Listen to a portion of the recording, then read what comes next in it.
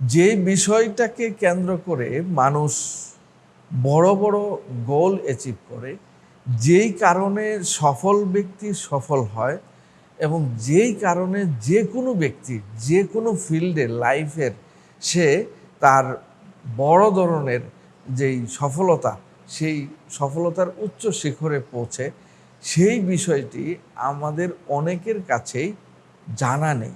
আমি কথাটা মোটিভেশনাল দৃষ্টিকোণ থেকে বলছি না, আমি বলছি ভেতরের মেকানিজমটা বোঝার জন্যে।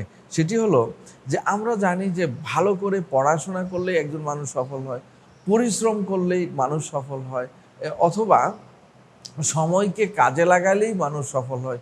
কিন্তু এই কথাগুলো সঠিক, কিন্তু এর চেয়েও গুরুত্বপূর্ণ একটি বিষয় আছে, যেই বিষয়টা যদি না থাকে তাহলে সময় কাজে লাগালেও মানুষ সফল হবে না, কঠোর পরিশ্রম করলেও সফল হবে না, অনেক বেশি বিদ্যা অর্জন করলেও সফল হবে না।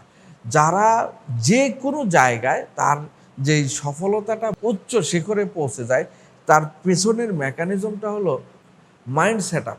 মাইন্ড সেট আপ এমন একটি বিষয় যেটি একেবারেই ফান্ডামেন্টাল প্রিন্সিপাল হিসাবে রোল প্লে করে থাকে। তো সুতরাং mind set up, winner mind set up এবং লুজার মাইন্ড সেট আপ। কিছু আছে গ্রোথ মাইন্ড সেট আপ, কিছু আছে ফিক্সড মাইন্ড সেট আপ।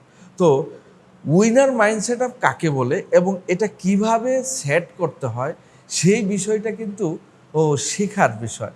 এবং লুজার মাইন্ড সেট আপ কাকে বলে এবং সেটাকে কিভাবে রিমুভ করে সেখানে winner mind set up, growth mind set up set করতে হয়, সেই মেকানিজমটা যদি না জানা থাকে তাহলে কিন্তু কঠোর পরিশ্রম করতেছেন আপনি, সময়কে কাজে লাগাচ্ছেন, প্রচুর পরিমাণের পড়াশোনা করছেন, এই সব কিছুর পরেও কিন্তু সাকসেস আসবে না।